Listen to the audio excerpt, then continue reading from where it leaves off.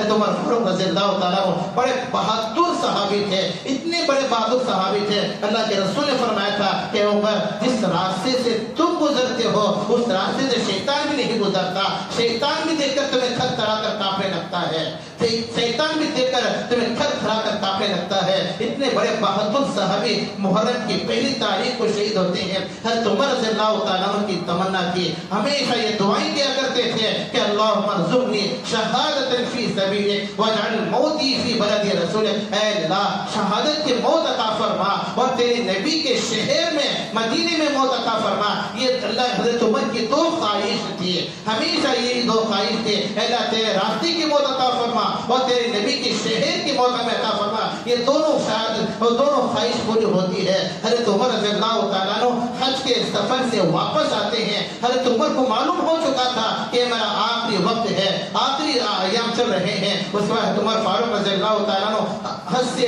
آتے ہوئے اپنے گھر پہنچنے سے پہلے اینٹ کا سہارا لے کر نیچے سوتے ہیں اور آسمان کی طرف دیکھتے ہیں، آسمان کی طرف نگاہ ہے اور کہتے ہیں کہ یا اللہ جس کام کے لیے تو نے مجھے پیدا کیا تھا وہ کام ہو چکا ہے، جو کام تو مجھ سے لینا تھا وہ کام تو لے چکا ہے۔ اے اللہ میری خواہش ہے کہ میں اپنے ساتھی ابو بکر کے ساتھ مل جاؤں اور اللہ کے رسول کے پاس چلے جاؤں۔ یہ حضرت عمر کی دعا تھی، یہی تمنا تھی۔ اس کے بعد حضرت عمر فاروق رضی اللہ تعالیٰ عنہ بھی اپنے گھر چلے جاتے ہیں دعا مانگ کر۔ اس کے بعد ابو بکر صدیق رضی اللہ تعالیٰ عنہ کے بعد حضرت عمر خلیفہ بنتے ہیں۔ حضرت عمر فاروق رضی اللہ تعالیٰ عنہ کی حکومت تو چاروں طرف پھیلی ہوئی تھی، کئی فتوحات آپ نے کیے تھے، ان میں سے یہ فتح آپ نے ایران کو بھی کیا تھا اور ایران والے آپ کے دشمن تھے۔ ایک مرتبہ عمر فاروق رضی اللہ تعالیٰ عنہ نے حضرت مغیرہ بن شعبہ رضی اللہ تعالیٰ عنہ صحابی رسول ہیں، ان کا غلام ابو لؤلؤ فیروز نامی ایران کا تھا، اس نے آ کر حضرت عمر کے سامنے آیا اور آ کر کہا کہ اے امیر المؤمنین، میرا مالک مغیرہ بن شعبہ مجھ سے کام زیادہ لیتے ہیں لیکن رقم اتنی زیادہ نہیں دیتے، آپ اپنے دوست کو سمجھائیے کہ مجھے زیادہ رقم دیں۔ تو آپ نے مغیرہ بن شعبہ سے ابو لؤلؤ فیروز نامی مجوسی سے پوچھا، ابو لؤلؤ فیروز نامی مجوسی سے پوچھا کہ تم کیا کام کرتے ہو؟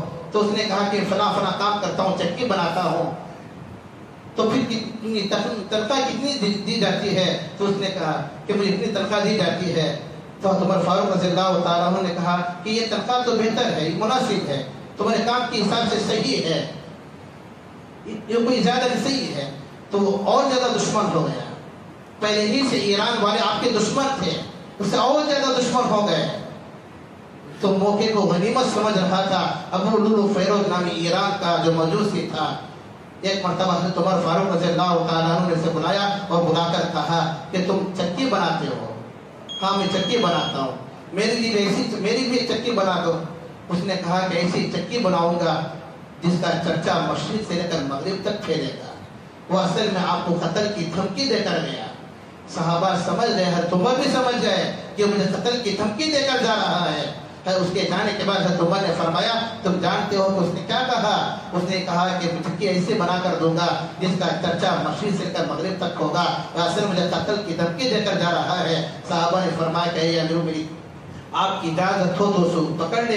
حضرت عمر نے فرمایا کہ نہیں، قتل تو نہیں کیا، نہ صرف دھمکی دیا ہے، قتل تو نہیں کیا، دھمکی دیا ہے۔ موقع کی تلاش میں تھا، خنجر کئی دنوں سے شہر میں بھگا ہوا تھا، فجر کی نماز کو آیا، حضرت عمر کے پیچھے کھڑا ہوا تھا۔ حضرت عمر فاروق رضی اللہ تعالیٰ عنہ کی عادت تھی کہ نماز پڑھانے سے پہلے صفوں کو درست فرماتے، اس کے بعد مکبر کی مؤذن کی آواز سننے کے بعد اللہ اکبر کہتے۔ جیسے ہی حضرت عمر رضی اللہ تعالیٰ عنہ اللہ اکبر کی آواز لگا کر تکبیر باندھ دیے، وہ فیروز نامی مجوسی ایران کا جو دشمن تھا، جو خنجر زہر میں بچھوڑا ہوا تھا، کئی دنوں سے بھگوا تھا، آ کر حضرت عمر کو سامنے سے پیچھے سے اتنا خطرناک چبایا کہ یہاں سے لے کر وہاں سے نکل گیا۔ حضرت عمر اسی حالت میں ہے۔ یہ واقعہ حضرت عمر کی شہادت کا حدیث کے الفاظ سے، حدیث کے حوالے سے کہہ رہا ہوں۔ تو حضرت عمر رضی اللہ تعالیٰ عنہ سے خون بہنے لگا، بازو میں حضرت عثمان کھڑے ہوئے تھے۔ حضرت عثمان نماز نہیں توڑی، صحابہ نے نماز نہیں توڑی، حضرت عمر بھی نماز نہیں توڑے، حالانکہ خون بہ رہا ہے،